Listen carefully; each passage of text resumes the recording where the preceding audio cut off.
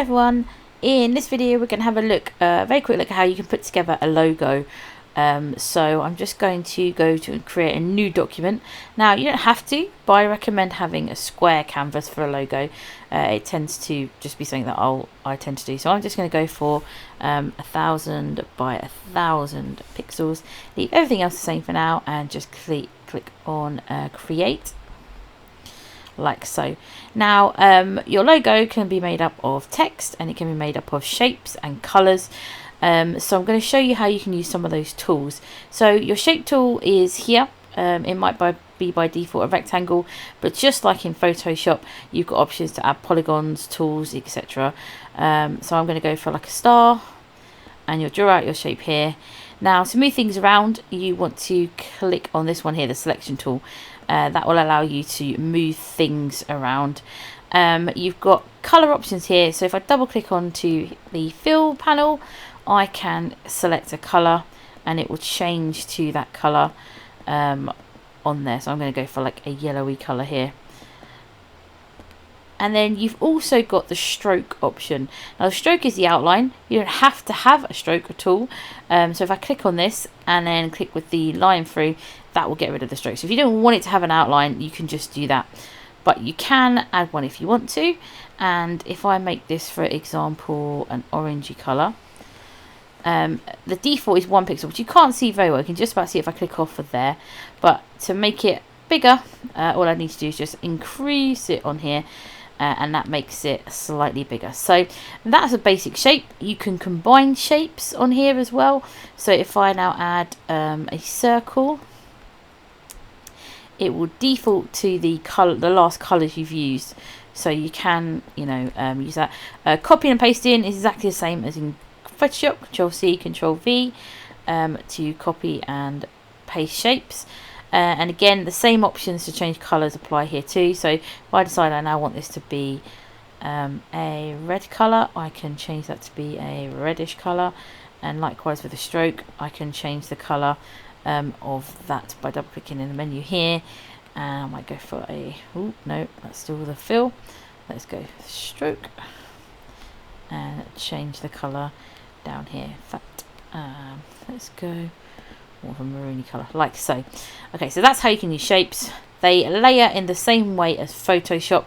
Whilst the Photoshop layers panel doesn't look exactly the same, what you do here is you kind of have groups within the layer. So if I now change this to be below the star, it will disappear below it, like so. So you can just find it hidden in there. So you can have some bits on top, some bits below as well. Text tool is exactly the same as in Photoshop. So T here, click to create your box. Now you might be thinking, well, there's no text options here. That's because I'm in the layers mode. So if I go back to properties, I'll have the options here. And just like before, you've got your font choices here. You have got, I'm just going to go for this one here, your size here. So if I change this to be 200. And you can also do spacing between lines and a few other things on here. I'm just going to keep it the default on here for now. I'm going to call it cook time. Don't really know why. Like so. You could do the words individually. So if you end up wanting to stylize them a little bit differently, you can. And then, so that is, the very basic you can do on here. I'm going to make this a little bit smaller so it fits in like so. You can obviously manually drag things out to distort them slightly if you want to. Colouring is exactly the same. Double click on here to choose a colour. I'm going to go for a dark colour like so. Click on OK. And then likewise I can also add a stroke as before. So I could add a yellow stroke on here.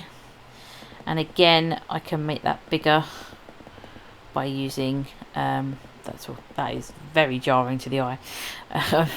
Going to probably change that colour. Let's go for something a little bit softer. Let's go for a reddish colour. There we go. Okay, so that is the very basic of adding text and adding shapes and mixing them together. And a combination of those together will make up your logo. But obviously our logo has to be composed of something. So I'm going to show you here a website called Flat Icon. Should be unblocked for you. and I'm going to just put in cooking. Now this says icons. This is something you could absolutely use in your designs. So I might use this one here, for example, with the fire. Click on it. You can change the size on here. I'm going to stick with 512. I'm going to use a free version, which means I have to give attribution, which means somewhere in my work I will write that this is the person who designed it, and it'll tell you who to attribute that to. Right, I'm going to go back to Illustrator now, and I'm going to get rid of my shapes I've got here, and I'm also going to get rid of my title. So let's do import that shape, shall we? So just like previously, file and place to get our image, and there it is there. I'm going to place it on here like so. Now you may realise already, if I zoom in, it looks a tiny bit grainy, and that's because it's a bitmap image at the moment. And something you can do in Illustrator is you can trace objects. So I'm going to go to object, and I'm going to go to image trace, and going to click on make like so.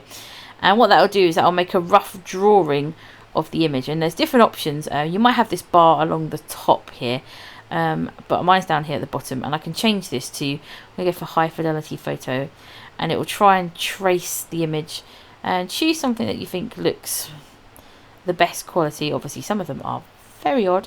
If you want it black and white, that's also simpler. So you could do different things with it as well. I'm going to go for this one, and then I'm going to click on expand, and expand then creates it as a series of paths. So it's still all together like so, but it's just a better or higher quality version because it's vectorized now, which means I can make it as big as I like, and it will always redraw it to be that larger size. It will never lose its quality. So it's all stored as a series of shapes now, rather than a series of pixels as it was before. And what I can do now is I can use this together with some text, and then I can create a logo. So if I click on here, do my text tool, and I'm going to do cook in big letters, and what I'm going to do is I'm going to change the colour, and I would like to sample a colour actually. I'm going to this might look slightly different on yours, so apologies if it does, but you're looking at this eyedropper tool. So I'm going to click on the eyedropper, and I'm going to highlight this dark grey here, and my text might change. You might find this option on yours appears here. You might get an option here, and you'll just need to click and hold the eyedropper to select a colour. I'm not sure why it's not showing up on mine, but that's how you do that. So I'm going to do that, and then I'm going to do a second one, and I'm going to cook time like so, and just going to do exactly the same. Use the eyedropper, choose that colour like so. So it could just be something that is as simple as that, and that could be your logo. Or you could get a little bit creative with it if you wanted to. So you could add further effects, such as creating extra outlines. Let's change the font up, because this is quite a boring font.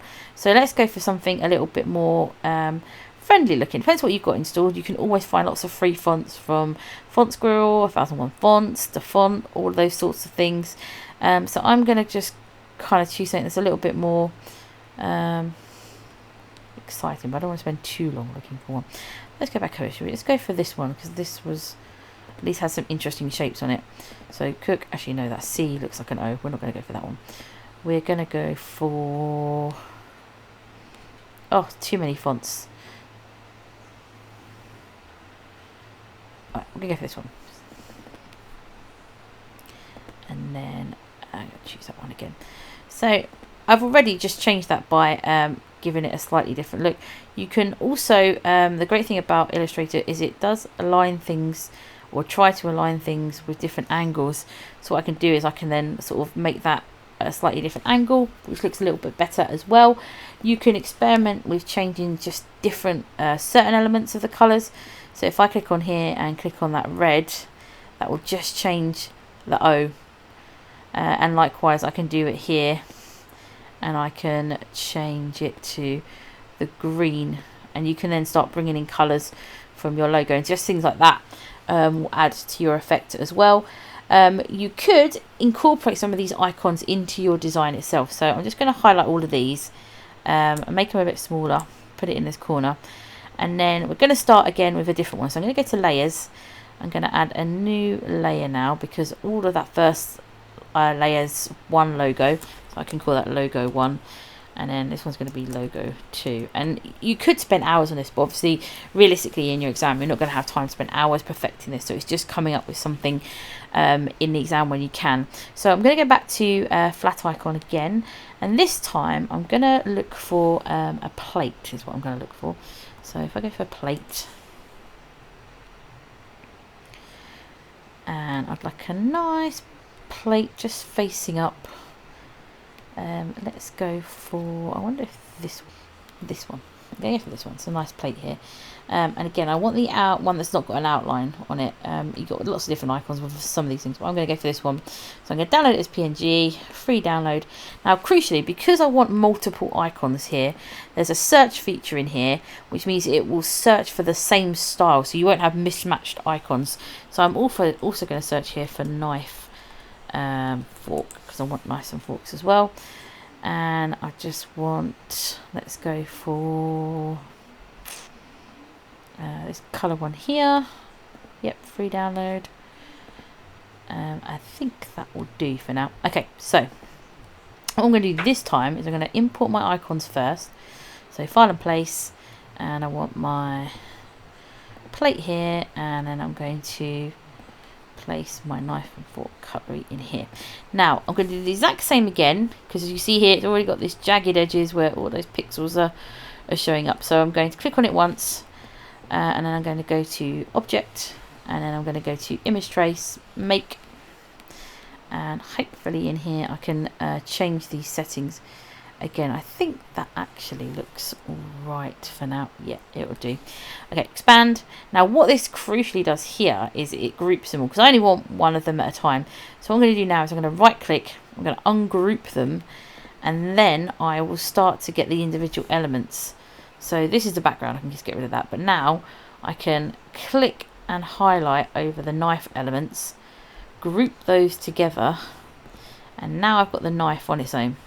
Likewise, I can get rid of this middle bit here, click on it and hit the delete key. Then I can click on all of these, right click and group, and now the spoon is together. And again, get rid of the end bit here, highlight over here, group together, and now I've got the fork together as well.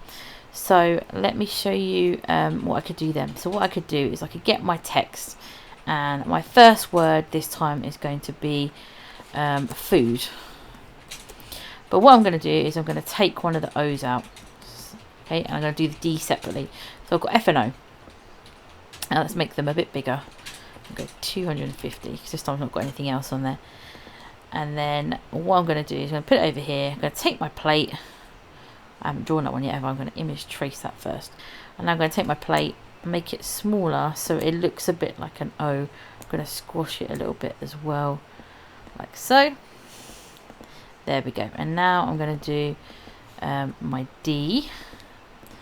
So I'm just going to cheat here and copy and paste this, and then just edit it to be a D. Back on my selection tool, and I can put that D there. Now you could do all of the letters individually, and now I need to think of a word that I can put some eyes in it. Food delights. There we go. I'm going to go D-E-L. And then what I can do here, I'm going to move this out of the way. I'm going to use the knife as my, oh my gosh, as my eye. And I'm going to add a slight little rotation to it just to play about a bit there. So D-E-L-I. And then again, copy and paste this again.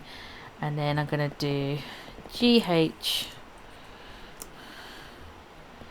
And then I'm going to do T. I could cross them over. Actually, I might do the... This is what I mean. Well, as a designer, you'll often change your mind about what you're going to do. I'm going to put this over here. I'm going to make the spoon the eye. Going to rotate it a little bit. Make it a bit smaller. Bring that down a little bit. Food delights. And then bring this down. And I'm going to make a T out of this knife and fork. So I'm going to bring the fork down. Make that smaller as well. Like so. Give it a little rotation. And then I'm going to rotate this all the way around like so. And then add it on the top here.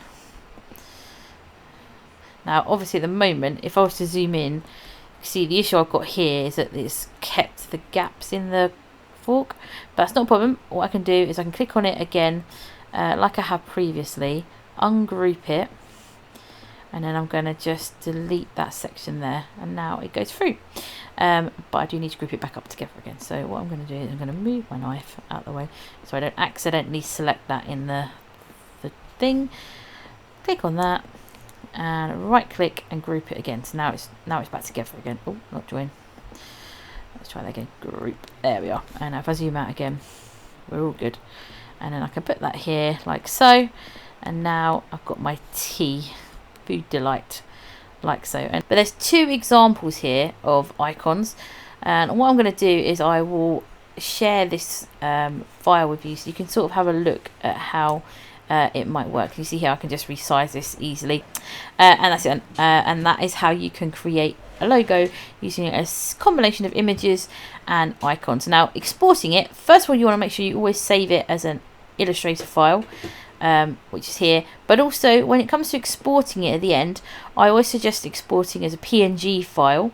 So go to File, Export, Export As. The reason we do this is because PNGs have got transparent backgrounds, which means that you can place it over a number of different things, and the background will always be clear. So what I'm going to do now is I'm just going to save this as logo. I'm not going to tick on use artboard, so I'm just going to leave it as default, and then that will export like so. You can see you get a little sample here of what it's going to look like. You can choose between how it will be optimized, by the text or by the art. I'm going to go on art on this case, but you choose whatever's best for your scenario. Background transparent, click on OK, and that's done. And that's just how you can use Illustrator to create a logo.